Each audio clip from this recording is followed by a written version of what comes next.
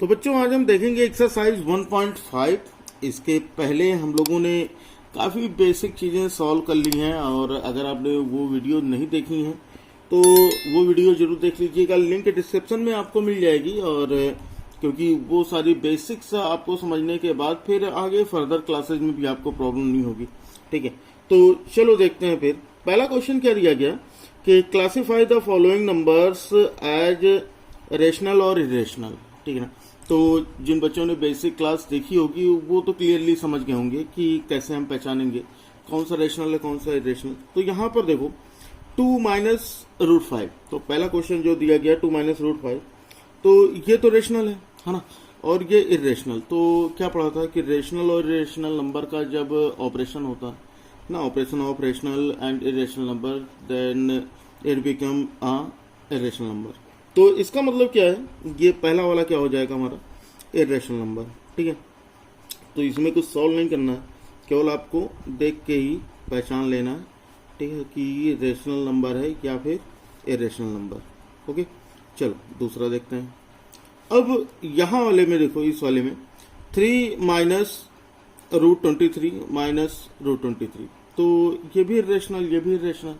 तो इरेशनल और irrational number का जब भी कोई ऑपरेशन होता है तो वो रेशनल भी हो सकते हैं और इरेशनल भी हो सकते हैं। इसका चेक कर लेते हैं क्या होगा। तो 3 माइनस रूट 23, ये भी माइनस है, तो ये हो जाएगा रूट 23। और यहाँ पर अगर देखोगे तो दोनों में कुछ चीज़ें तो सेम होंगी या फिर कुछ गलत हो रहा है ना। ये प्लस है, सॉरी, तो ये प्लस है, तो यहाँ पर अगर ये प्लस होगा तो ये प्लस और माइनस ये कैंसिल हो गए, तो बचेगा कितना 3। तो इस हिसाब से ये क्या होगा, रेशनल नंबर होगा। ठीक है ना, तो ये समझ में आ गया होगा कि रेशनल और इरेशनल। यहाँ पर ये प्लस है, बुक अभी देखा तो समझ में आया, लिखने में गलती हुई। तो यहाँ पर देखोगे तो 2 रूट 7 अपॉन 7 रूट 7, तो इस रूट 7 से ये रूट 7 कैंसिल हो जाएगा, तो बचेगा कितना 2 upon 7।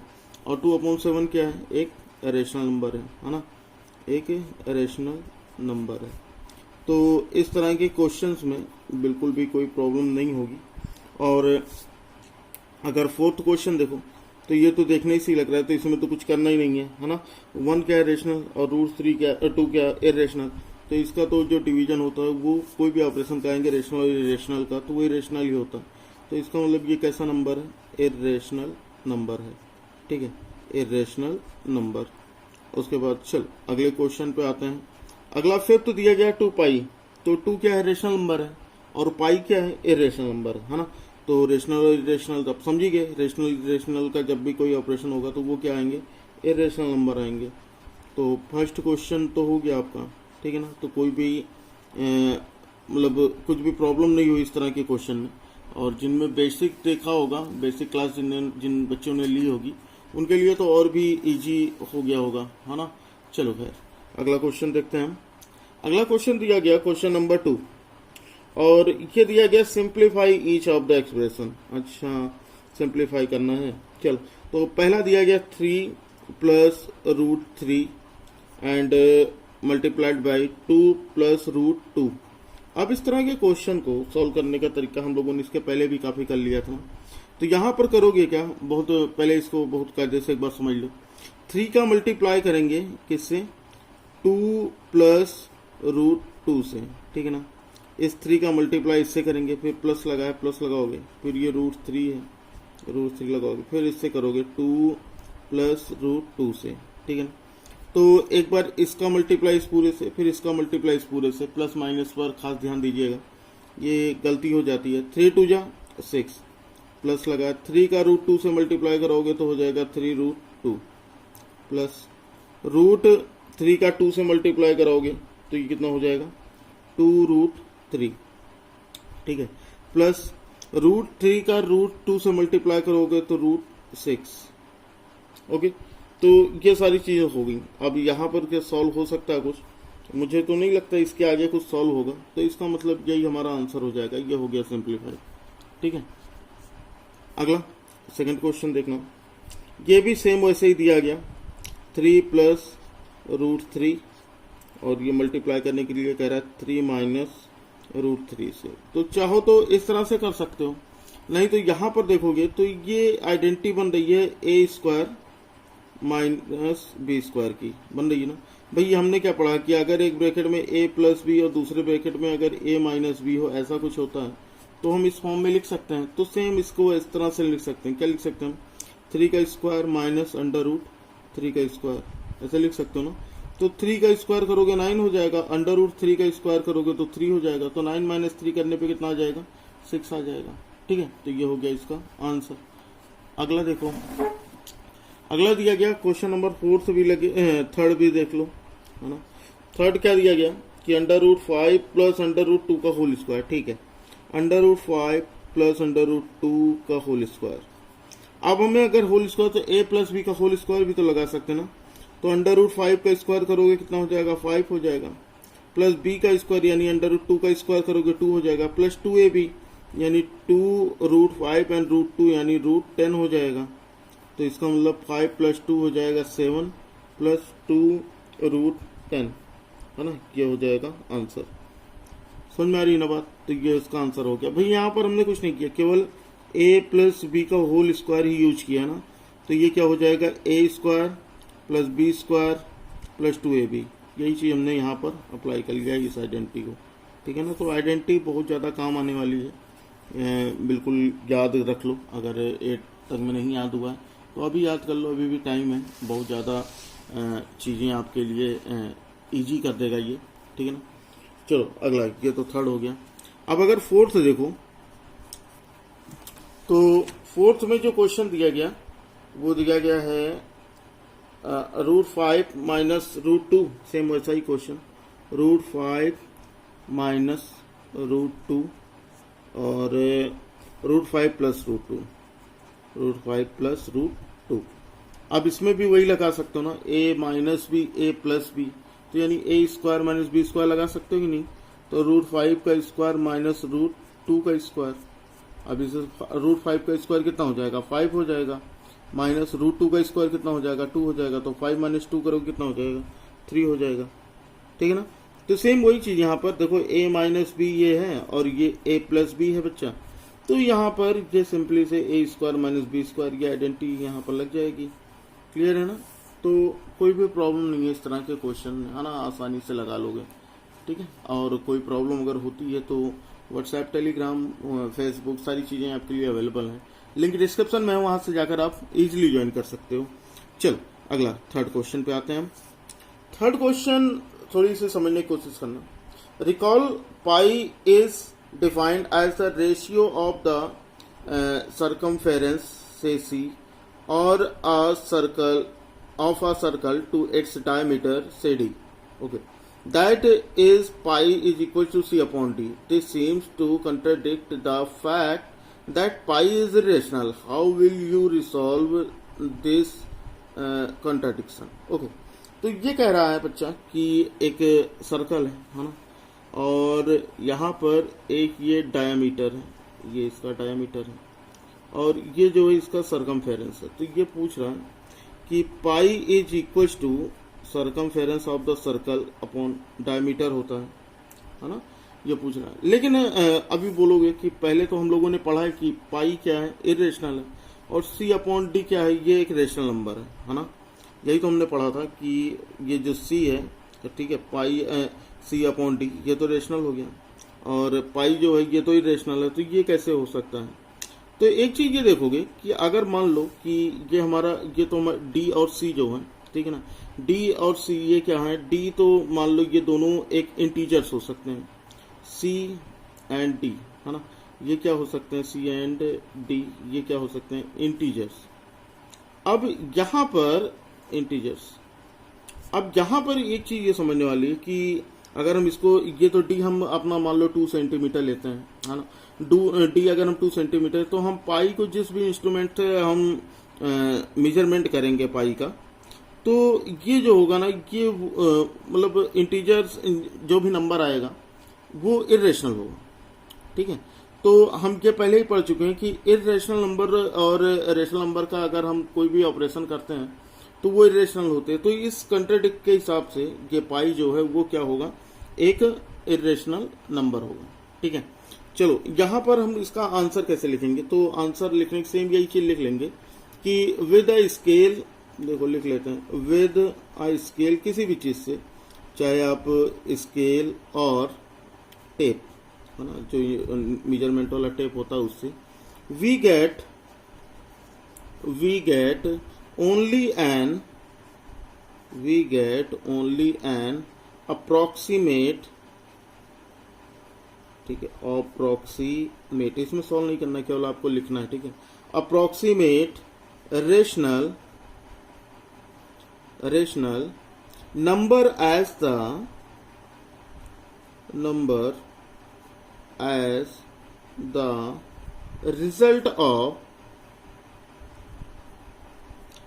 result of our measurement।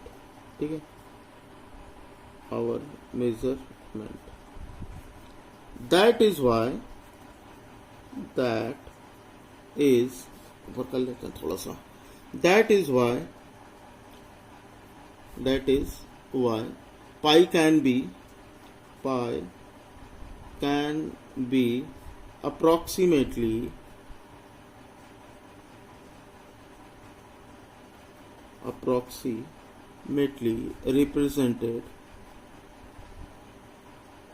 represented as a quotient of two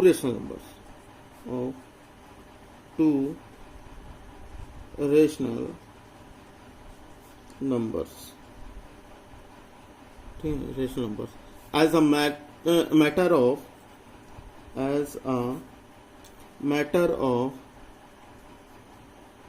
mathematical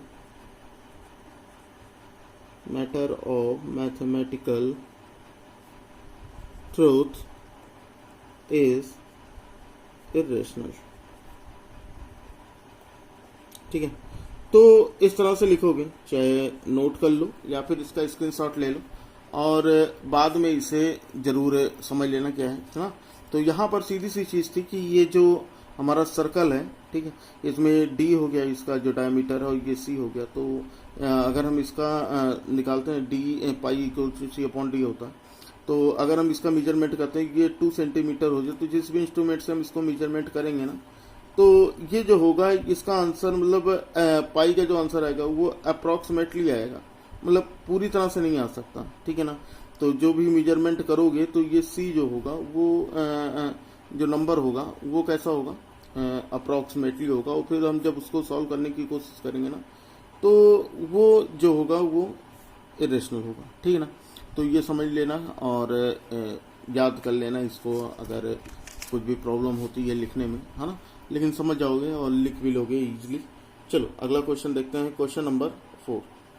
अब क्वेश्चन नंबर 4 जो है ये भी आपको अगर देखोगे तो ये क्वेश्चन ड्रॉ करने वाला है, रिप्रेजेंट रूट 9.3। ठीक है, कहाँ पर 9.3 नंबर लाइन पर दिखाना है। तो देखो बच्चा, अगर कोई भी लाइन नंबर लाइन पर दिखाना होगा ना, तो पहले मैं आपको ऐसा रब बता देता हूँ, फिर आपको नेक्स्ट वीडियो में ड्रॉ करके भी दिखा दूंगा। अभी समझ लो कैसे है, खुद से बनाने की कोशिश करना, देखो बन जाएगा, है ना।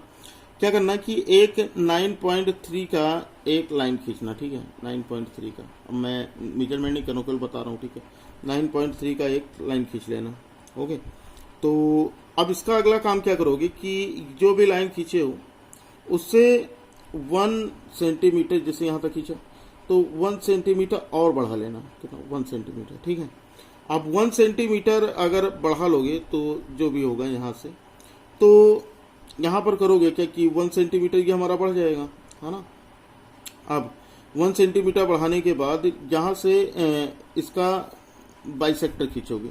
ठीक है ना, इसका बाइसेक्टर खींचोगे। तो अगर इसका बाइसेक्टर खींचोगे तो यहाँ से आर्क रख के, मतलब एक आर्क यहाँ लगाओगे, एक आर्क यहाँ, तो ये बाइसेक्टर हो जाएगा यहाँ से। ठीक है, तो ये बाइसेक्टर हो जाएगा, ये ओ हो जाएगा, मान लो ये ए है ना, ये बी है, ऐसे करके ये सी है, ऐसे करके, तो यहाँ सी से इसका बाइसेक्टर खींच लेना। होगे, तो जहाँ पर करोगे क्या, फिर यहाँ पर अपना कंपास रख के और ऐसे करके इसको मिला लेना।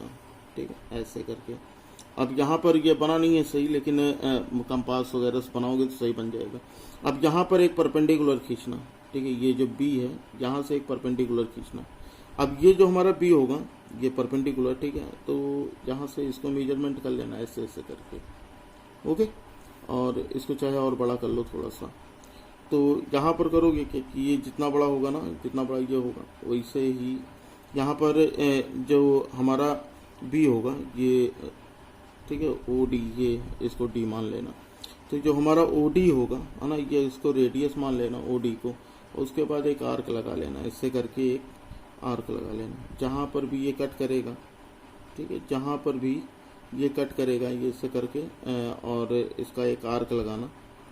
और ये आर्क जो होगा ये कहीं पर भी कट कर सकता है, ठीक है। तो ये ऐसे करके कहीं पर भी, जहाँ पर भी ये कट करेगा इसको आर्क मान लेना, ठीक है। जहाँ पर भी ये कट करेगा, यहाँ करेगा, यहाँ करेगा, ये मुझे पता नहीं लग रहा, तो ये हो जाएगा रूट, यही जहाँ पर ये कट करेगा ये हो जाएगा रूट 9.3, ठीक है। तो कोई भी प्रॉब्लम नहीं है, सॉल्व करने की कोशिश करना, इजीली सॉल्व कर लोगे। अगर नहीं होगा तो मैं आपको नेक्स्ट वीडियो में पूरी तरह से ड्रॉ करके दिखा दूंगा। एक अलग से वीडियो आपको डिस्क्रिप्शन में मिल जाएगी, वहाँ से आप समझ लीजिएगा कैसे होगा, ठीक है। चलो अगला क्वेश्चन देखते हैं, क्वेश्चन नंबर 5। अब क्वेश्चन नंबर 5 में रेशनलाइजेशन के लिए बोला है, rationalise the denominator of the following. तो ये भी आपको पता है ना, क्योंकि इसके बारे में बहुत ही डीपली हम लोगों ने पढ़ रखा है। तो इस तरह के क्वेश्चन में बिल्कुल भी प्रॉब्लम नहीं होने वाली है। तो देखोगे पहला दिया गया है क्वेश्चन नंबर 5 का फर्स्ट वाला, इसमें दिया गया 1/√7। अब इसको अगर हमें रेशनलाइज कराना हो तो हम कैसे करेंगे, इसको हम इंटू √7/√7 कर लेंगे, यही तो होगा ना। मैंने 1/√2 का भी बताया था ना। तो यहाँ पर 1 का √7 से करोगे तो ये हो जाएगा √7 अपॉन √7 का √7 से करोगे तो हो जाएगा 7, बस हो गया, ठीक है। चलो दूसरा क्वेश्चन देखो, यानी जब सिंगल रहेगा ना सिंगल से ही करना, लेकिन अगर डबल आ गया तो क्या करोगे, जैसे यहाँ पर 1 अपॉन ऐसे करके दे गया √7 माइनस √6। अब यहाँ पर क्या करोगे, तो यहाँ पर ये देखोगे ना कि दोनों नंबर तो सेम रखोगे, बस साइन अपोजिट कर दोगे, इसका चेंज कर दोगे, जैसे माइनस है तो प्लस से कर लोगे। तो ये हो जाएगा √7 प्लस √6 अपॉन √7 प्लस √6 से, ठीक ना। अब यहाँ पर अगर इसको सॉल्व करो तो ये कितना हो जाएगा, ये इसका करोगे 1 का तो किसी भी से मल्टीप्लाई करो तो वो नंबर वही रह जाता है ना बच्चे। तो यहाँ पर ये करोगे तो यहाँ पर हो जाएगा, और ये a minus B a plus B बन गया। तो इसका मतलब ये हो जाएगा √7 का स्क्वायर माइनस √6 का स्क्वायर, ठीक है ना। तो अगर इसको करो तो ये कितना हो जाएगा, ये हो जाएगा हमारा √7 प्लस ये हो गया √6 अपॉन √7 का स्क्वायर करोगे 7, √6 का स्क्वायर करोगे 6, माइनस से तो माइनस लगा दो, अब कुछ बचा तो है नहीं, -7 माइनस 6 करोगे तो 1 हो जाएगा। तो इसका मतलब इसे सॉल्व करने पर इसका आंसर √7 रेशनलाइज करने पर √7 प्लस √6 आया, है ना।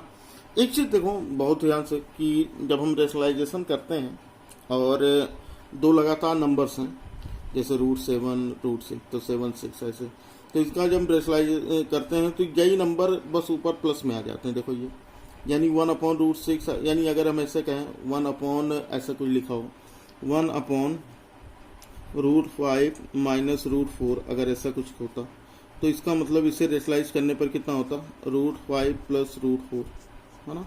तो ये आपके आगे क्वेश्चंस में काम आने वाले हैं, तो समझे रहो, है ना। कंपटीशन में भी बहुत काम आते हैं, ये जल्दी ही हो जाते हैं सारी चीज़ें। चल अगला देखते हैं। तो ये तो सेकंड हो गया। थर्ड क्वेश्चन देखना, थर्ड दिया गया 1/√5 प्लस √2।